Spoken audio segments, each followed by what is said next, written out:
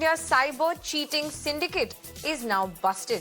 4 accused involved in the cheating have been arrested, and the accused cheated in the name of Ministry of Finance. So what they used to do was they would pose as officials from the Ministry of Finance or RBI, and the data sheet of 3,000 potential victims has been recovered.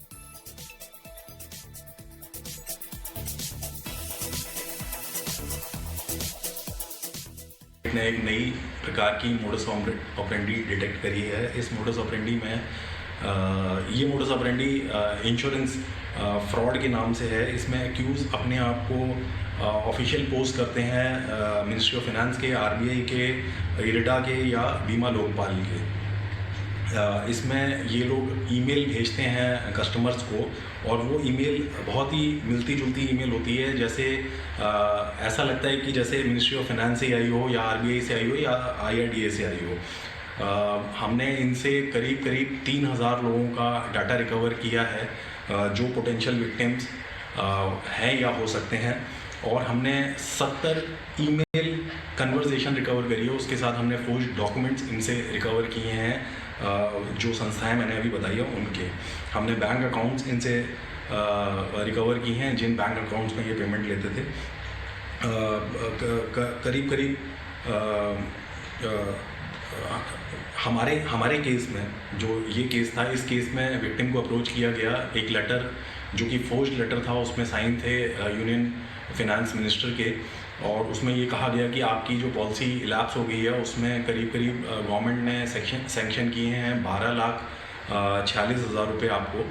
तो वो उसको भेजकर customer को lure कर लिया, और उससे 3 बारी में, एक बार प्रोसेसिंग फ़ी के नाम पर, एक बार एनओसी के नाम पर और एक बार फंड रिलीज़ के नाम पर 1,27,000 रुपये लिए। To share more details on this, I'm joined by my colleague Anuj, live on this broadcast. Anuj, we just heard the DCP, Prashant Gautam, who is talking about how 3,000 potential victims were 3,000 potential victims have been identified of this cyber scam. Now, there has been a lot of RBI issued advisories. There have been a lot of ads that we see on television or on YouTube nowadays about how to stay safe from this sort of a cyber attack, which in fact a very popular web series Jamtara is all about this also. But first I want to ask you, what exactly are the details that we have on this? What kind of a scam was this syndicate, this particular syndicate running? जी बिल्कुल, जहां एक तरफ लगातार एजेंसियां काम कर रही हैं, इस तरीके से जो फ्रॉड कर रहे हैं, चीट कर रहे हैं, उनको पकड़ने के लिए तमाम तरीके के जो कहा जा सकता है कि धरपकड़ की जा रही है। लेकिन जिस तरीके से कहा जा सकता है जालसाज नए नए तरीके ढूंढ रहे हैं, इस पूरे मामले की अगर हम बात करें तो ये जो चारों आरोपी हैं, चारों बाकायदा इंश्योरेंस कंपनी में काम करते थे।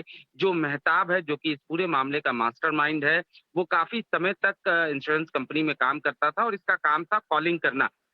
वहीं से इसके दिमाग में एक आइडिया आया, जिसके बाद उसने अपने 3 और साथियों को जोड़ा, और उसके बाद इन्होंने इंश्योरेंस कंपनी से बाकायदा तमाम वो लोग जिनके इंश्योरेंस पॉलिसी चल रही थी या जिनके इंश्योरेंस पॉलिसी लैप्स हो गए थे, उन्हें ये टारगेट करते थे। और इसके लिए बाकायदा इन्होंने फेक ईमेल आईडीज बना रखे थे। तमाम जो डॉक्यूमेंट्स थे इनके, वो फर्जी डॉक्यूमेंट जो है वो इस तरीके से तैयार कर रखे थे ताकि वो हूबहू बिल्कुल वैसा ही लगे जैसे कि कहा जा सकता है मिनिस्ट्री ऑफ फाइनेंस या आरबीआई के दस्तावेज होते हैं।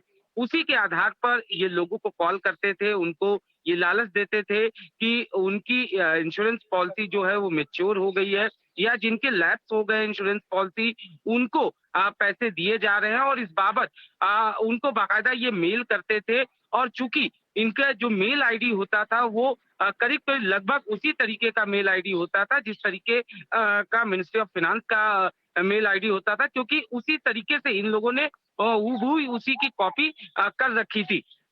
जिसके बाद लोगों को भी कहीं ना कहीं इन पर यकीन हो जाता था। उसके बाद प्रोसेसिंग फीस के नाम पर ये कुछ पैसे लेते थे, और उसके बाद ईमेल करते थे, कुछ डॉक्यूमेंट्स इस तरीके से भेजते थे कि कहीं ना कहीं जो विक्टिम होता था उसको ये लगने लगता था कि वाकई में मिनिस्ट्री ऑफ फाइनेंस या आरबीआई से उन्हें पैसे दिए जा रहे हैं, जो उनकी इंश्योरेंस पॉलिसी लैप्स हो गई है या जो उसकी मेच्योरिटी हो गई है, उसके पैसे उन्हें मिल रहे हैं। जिस बेसिस पर लोग जो है आसानी से इनके शिकार हो जाते थे और उसके बाद लगातार एक के बाद एक ये कई हिस्सों में लोगों से पैसे लेते थे और उसके बाद ये अपना मोबाइल फोन और तमाम चीजें बंद कर देते थे। फिलहाल दिल्ली पुलिस का साफ तौर पे ये कहना है कि उनके पास मिनिस्ट्री ऑफ फाइनेंस से बाकायदा इस बाबत कंप्लेन आया था। जब जांच शुरू की गई तो पता चला कि एक बड़ा नेक्सस है और कई कंप्लेनेंट उनके सामने आए। करीब 3000 से ज्यादा लोगों को दिल्ली पुलिस का अनुमान है कि करीब 3000 से ज्यादा लोगों को ये अपनी ठगी का शिकार बना चुके हैं। जाहिर तौर पर अभी इन चारों से पूछताछ किया जा रहा है और ये पता लगाया जा रहा है कि इन लोगों ने अब तक टोटल कितने लोगों को कहां के लोगों को अपना शिकार बनाया है। लेकिन अपने आप में कहा जा सकता है कि एक बड़ा नेक्सस जो था, जो कि काफी समय से काम कर रहा था, उसे दिल्ली पुलिस ने गिरफ्तार किया है। लेकिन जहां तक चीटरों की बात करें, इस तरीके के साइबर हाँ फ्रॉड्स जी। की बात करें, तो अक्सर ऐसे मामले देखने को मिलते हैं। हालांकि तमाम जो एजेंसियां हैं वो लगातार लोगों से ये गुजारिश करते हैं कि आसानी से लोगों इस तरीके के जालसाजों के झांसे में ना आए। वो तमाम तरीके के लुभावने और प्रलोभन देते हैं कि जी उन्हें पैसे दिए जाए, पहले जी तमाम अनुज वेरीफाई जी कर ले और उसके बाद जी। जी अनुज, बहुत बहुत बहुत शुक्रिया कि आप हमारे साथ जुड़े इन सारे डिटेल्स के साथ। Thank you for joining us.